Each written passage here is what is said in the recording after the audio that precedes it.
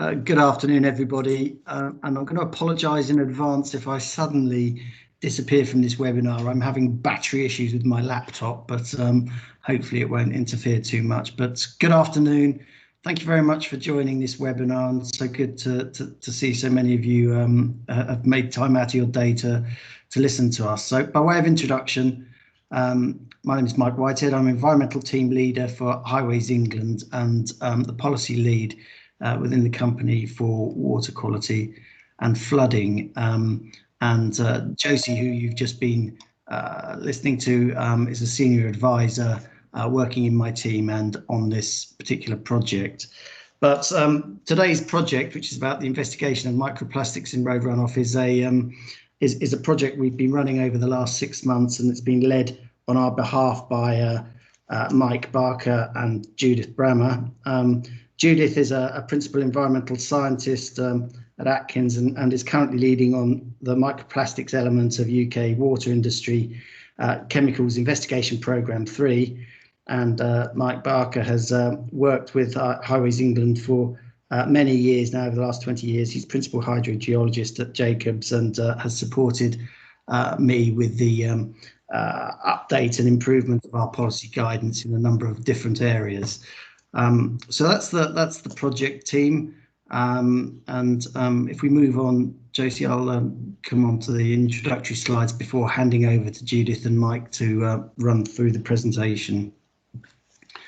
So today's objectives really are about disseminating our research findings from this, what I call a phase 1 initiation project in investigating the risk of microplastic pollution arising from the road runoff. It's to share these findings and share our thoughts on potential research needs and priorities in this area, as well as starting to develop a stakeholder network and an understanding of wider research activity in this area, which is, as you'll hear in the presentation, is a rapidly growing sector in itself. Microplastics and the pollution and risks associated with microplastics is a very concerning subject for the sector. And of course, we're looking to encourage feedback from you on the work we present today and thoughts about the role a company such as Highways England could have going forward in this area of environmental control. So if we could move on, please.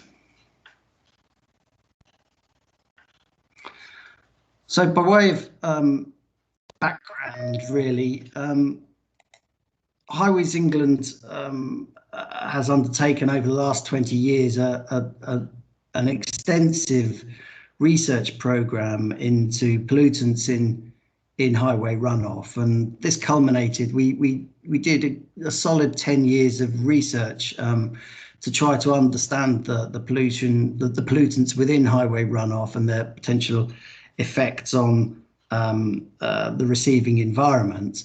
And this comprehensive body of work was used to update our policy and standards, which informs our scheme assessment and design, and therefore is designed to ensure that the company does everything it can to, with best available information, to ensure that it complies with environmental legislation. We published our sort of research in 2010, and our policy and practice has been in place since then. So the question has been, why do this research? Well, when we undertook the original research programme, we cast our net far and wide to look at as full a range of contaminants as was possible, and to define and screen that down to those that were of significant concern. But at the time, back in the years 2000 to 2010, microplastics itself wasn't really on the radar as an issue of concern, or certainly not at the level that brought it to our attention as part of the research then. It's since then, and particularly in the last few years, has exploded in interest, and there are a number of far-reaching sort of research studies into the sources and effects of microplastics. And so in reviewing, we continually review our policy and practice, and this issue was raised with us as a concern that we might not understand our contribution to the microplastics issue, and therefore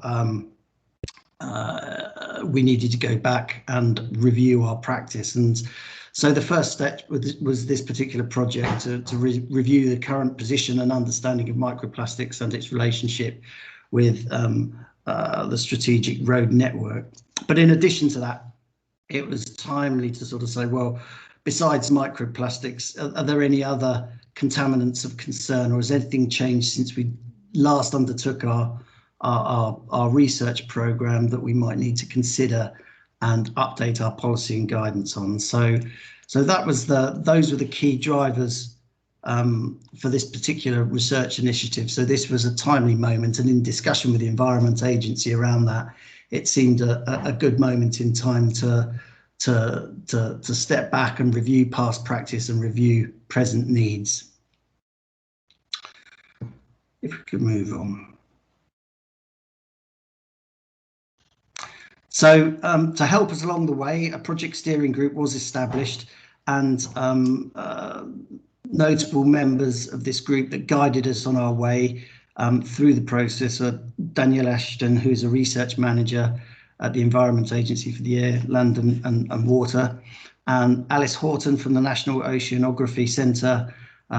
She's the lead for UK Microplastics Network, and Graham Wilson, who is the Chief Executive of the British Tyre Manufacturers Association. And the project steering group members were there to give us balance, objectivity, and to help us steer and guide the work through this project.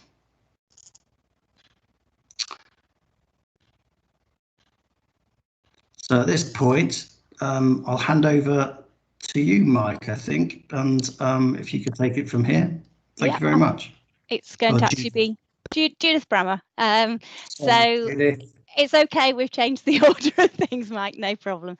So wanted to start off with this figure, really, just to provide some context for the study, clearly focusing on road runoff, because this demonstrates how microplastics are found within the freshwater environment and how they can have a number of potential sources and also transfer routes. So this figure itself has come from the World Health Organization report, and it illustrates that road runoff actually falls part of the terrestrial emissions, for which there are a number of different sources, including also obviously soil runoff, but other sources to the freshwater environment may also include atmospheric deposition, as well as fragmentation of any existing fluvial deposits. We thought it was quite a nice rounded introduction to the context that road runoff fits into the wider cycle. Josie, can I have the next slide, please? Thank you.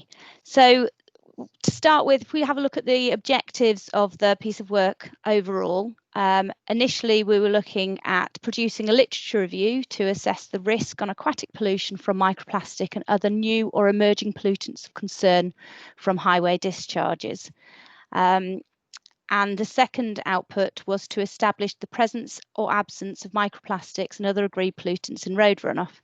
This second objective was achieved, and the output agreed in early March pre-COVID, and unfortunately as a result of that we were unable to undertake the pilot programme of sampling analysis that we'd planned. The third objective was to make recommendations on further research and development or changes to the current policy. It's published in the Design Manual for Roads and Bridges, or any existing Highways England management practices. And I just wanted to point out the figures that we've got on this slide. In particular, the lower one, you can see that when we've got tyre debris on the side of roads, then clearly this is an obvious source of where microplastics could be entering into the freshwater system coming from that degradation. The next slide. Thank you. So for the literature review, we had quite a structured approach we first of all wanted to consider the core literature that had been provided by the project steering group, as Mike has introduced, providing a nice rounded background to the industry, the regulators, and also academia. But to widen that further, we also went out and undertook telephone interviews with key players in the field to make sure that we were getting that latest research and understood that we were gathering the most up-to-date information. Obviously, widening the search even further, we went on and did academic literature searches. And I think just to reiterate what Mike was saying about the exponential increase in research in this area over a number of years, just a simple Google search on microplastics in road runoff could give somewhere in the region of, I think, about 84,000 hits. Or if you just looked at microplastics on its own on Google, it would be sort of 4.6 million hits. So clearly, we needed to make sure that we were very targeted to you know, achieve the objectives that we were looking for from this piece of research. So we focused on identifying some key questions and developed these with the help of the project steering group. And we had two overarching or primary questions, and we broke these down into secondary questions to address more specific points. On the next slide, we have the primary questions. Thank you. So the first question really focused on the extent of the problem, whereas the second one was more targeted in terms of the proposed sampling and analysis methodologies. So primary question 1, which looked at the extent, to what extent does the strategic road network contribute to microplastics in the water environment? And we wanted to break this down to understand what are the main sources of the microplastics on the strategic road network, what has changed in terms of the pollutants in road runoff since 2010. This we found quite challenging based on the question that was asked, what the implications are for Highways England policy, and then what essential future research activities could be identified, and what would they be their indicative budget. The second question, the primary question number 2, clearly was more of an analytical and sampling approach. So we were looking at whether or not, as secondary questions under this, are robust and repeatable techniques under development for quantifying microplastics? What are the key site characteristics and conditions for sampling microplastics on the strategic road network? And to what extent can the strategic road network as a source of microplastics be differentiated from other sources such as airborne? So you can see we had quite an overarching questions to answer, but also tried to drill down into the detail to make sure they were going to actually drive this research forward. On the next slide, we've presented a graph that we found of particular interest, which shows this exponential increase in the research in this field. And clearly, this is a bit of a moving target when you're trying to capture the latest research. So we undertook our searches in January 2020, and within 2 months, we reran the searches to see how the field had changed.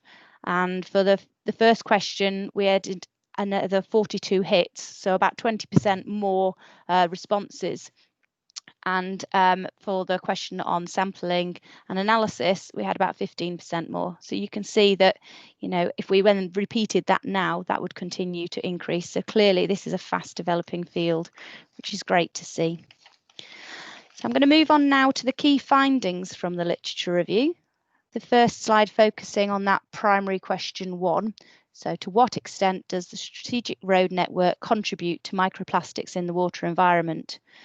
And when we think about the sources, they're primarily direct sources from tyre and road wear particles. These include the tyre and road markings, but as well as that, there can be aggregates to those tyre particles.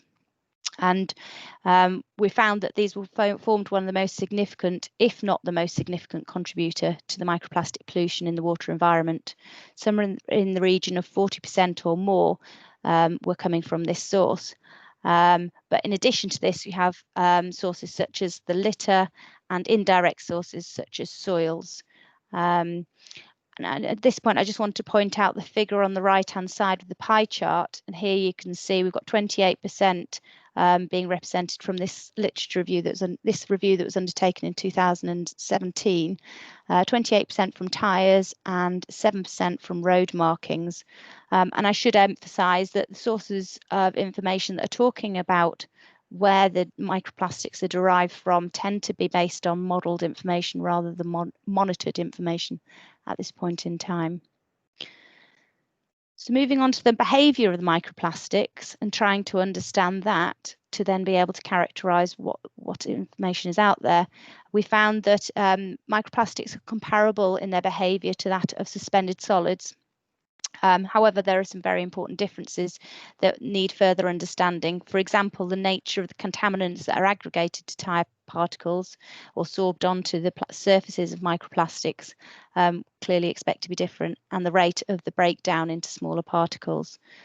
And we've included a figure here that was taken from the DEFRA report from last year, and that's showing the typical shape of a tyre wear particle on the left-hand side, and then as it zooms in further, you can start to see the aggregated material that's sorbed onto that.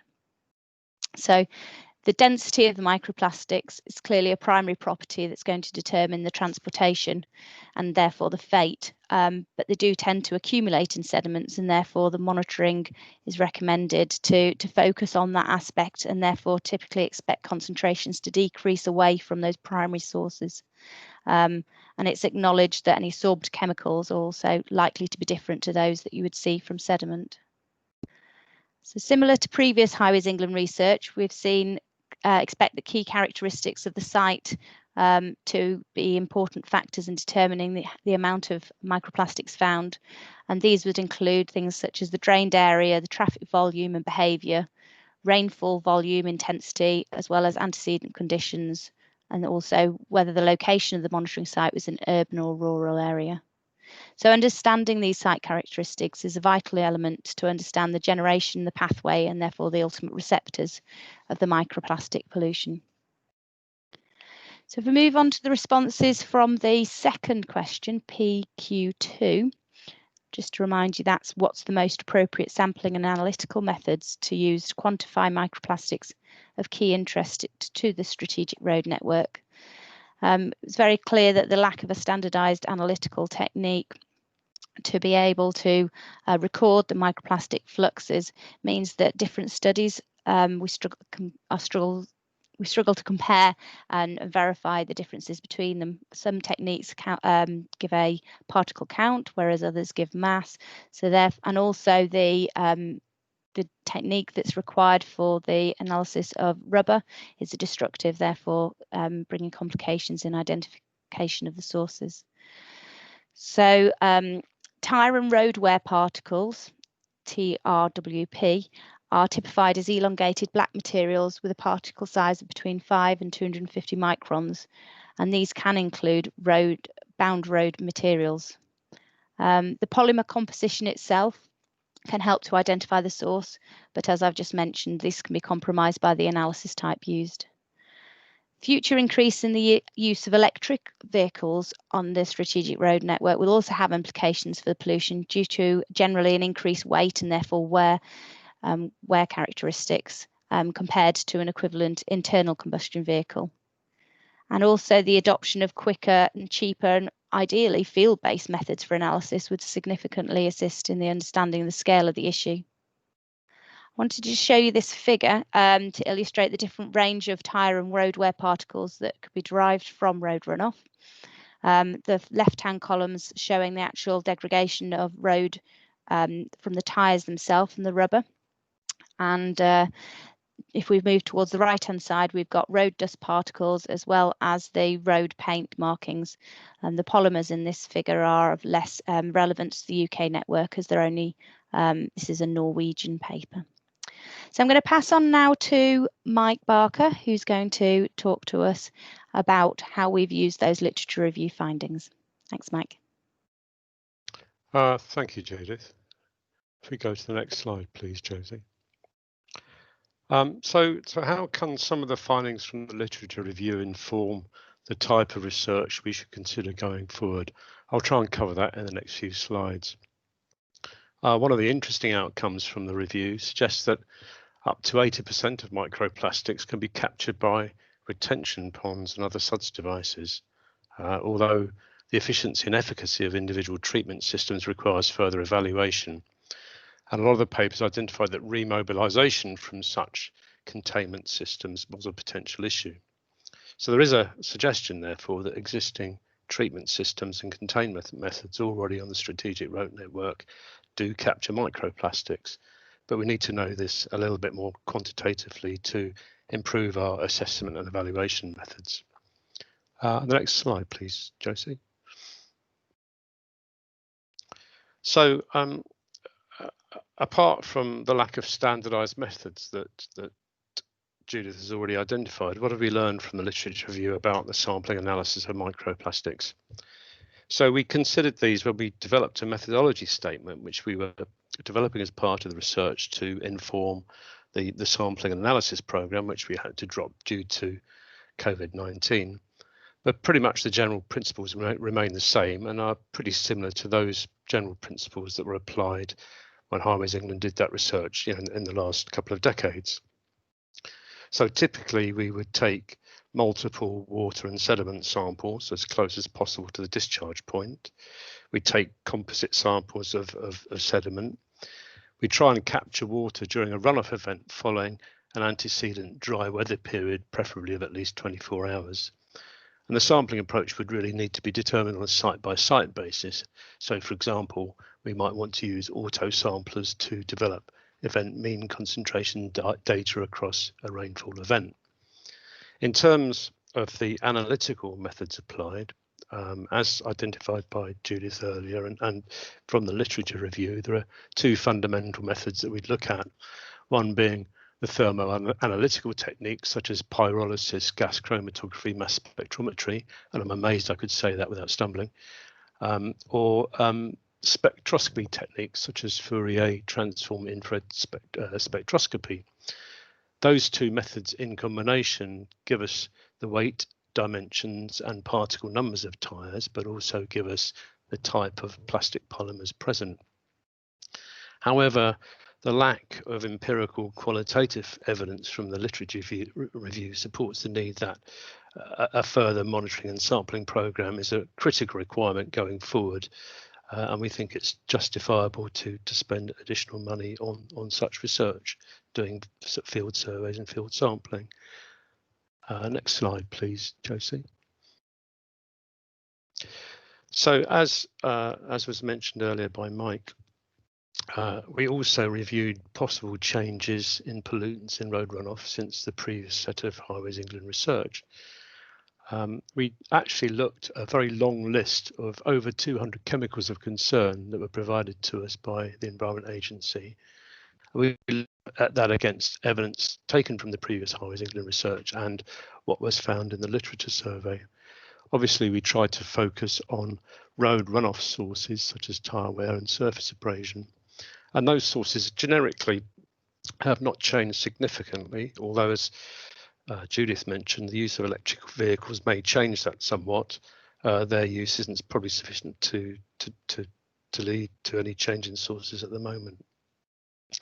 What we found really from the literature surveys, it tended to reinforce the previous findings in terms of what the key contaminants were derived from road runoff.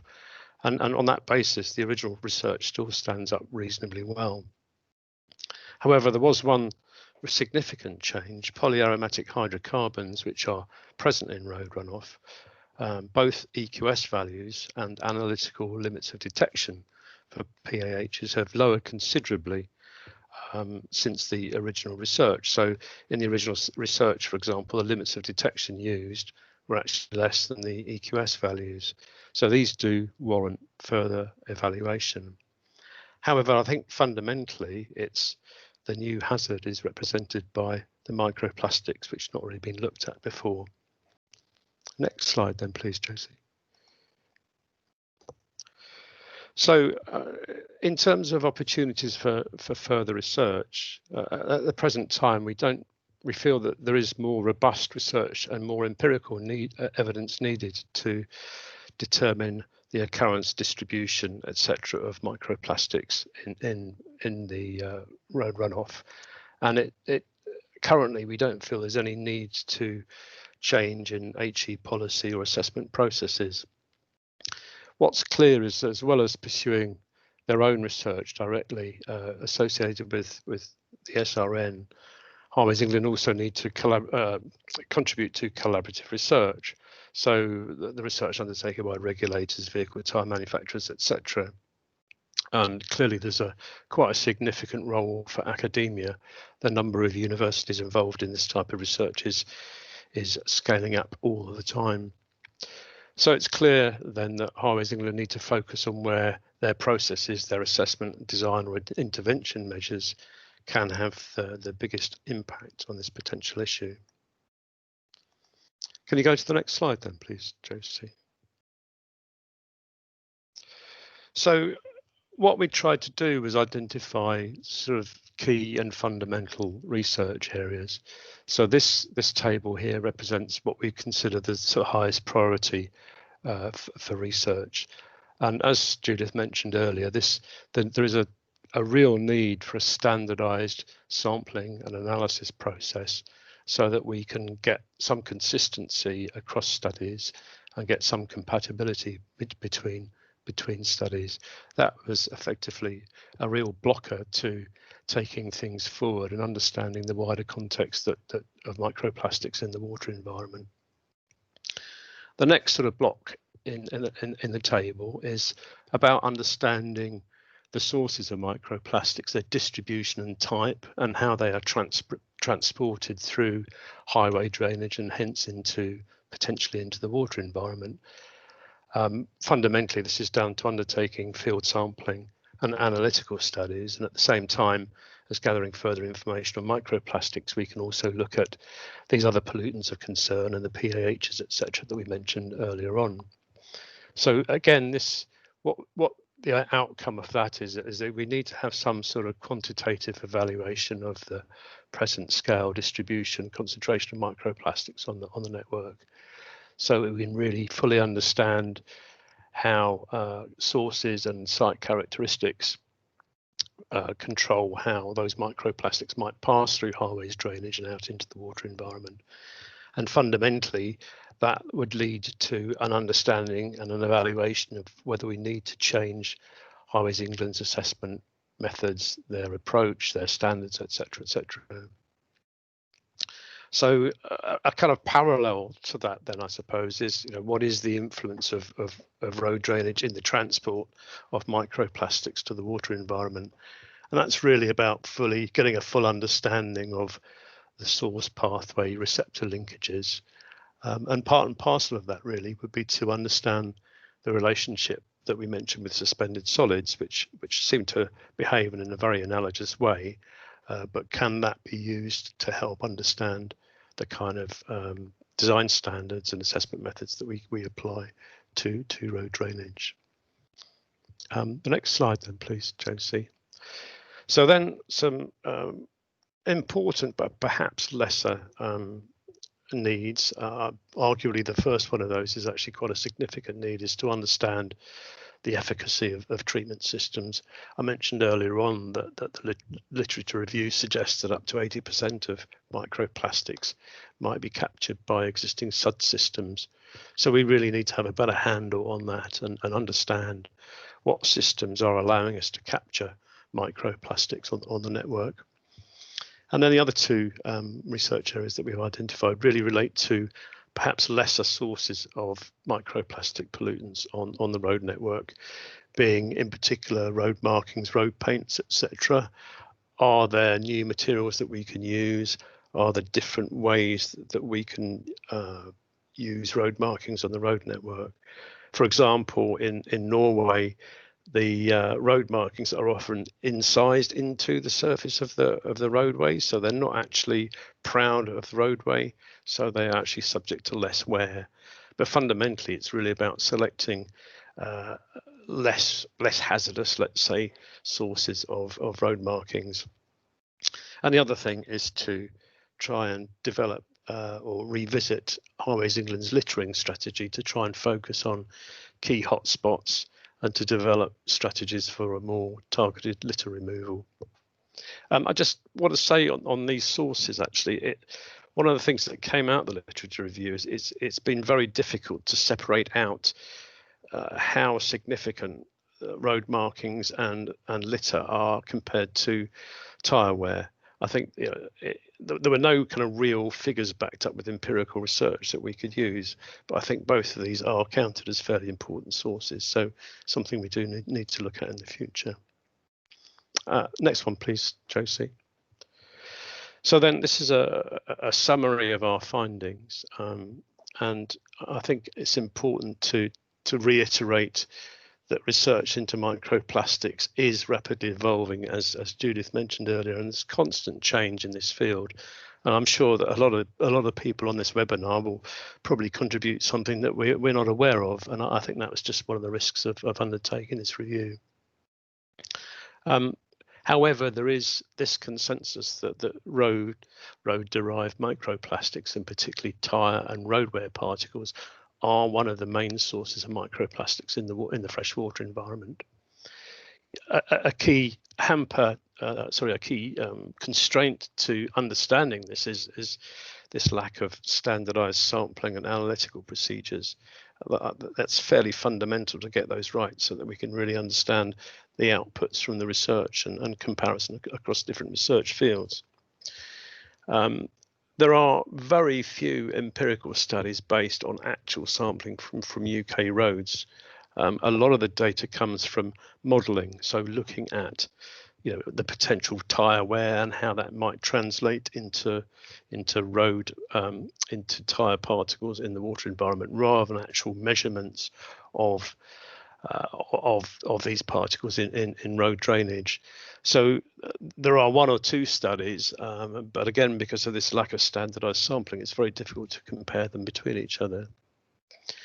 We also need to understand what the key factors are that influence the distribution and concentration of microplastics. And as was mentioned earlier, traffic, rainfall, drained area, location are all significant, but we need to have a good grasp of that to understand where the key areas for generating these microplastics come from. Those, of course, are very similar to what was identified in previous Highways England research, so not particularly sort of new news, but nonetheless an important thing to consider. As part of that, the analogy of behaviour with suspended solids, understanding that is fairly vital to help us manage microplastics generated on the road network. I think it's worth just revisiting again that since the previous research, there have been relatively few changes in the type of contaminants generated from the road surface, but this key issue of the change in PAH limits of detection and environmental quality standards really do warrant further evaluation. And I think then, to sort of finally sum up, although there's not really enough definitive information at the moment to change Highways England policies and standards, there are a number of research proposals which we feel need to be pursued to get a further understanding of the scale of the issue and how or whether we can develop policy assessment standards, etc., to help us control that issue. So that then concludes the slides, and I think we can move on to questions and answers. And I'm not sure, Josie or Mike, if you've started to compile key questions, but I think it's time for us to try and answer those as a team now.